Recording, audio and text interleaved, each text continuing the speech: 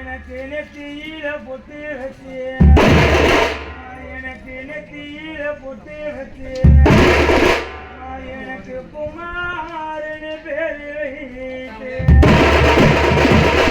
எனக்கு நெத்தியில பொட்டு வச்சு எனக்கு குமார்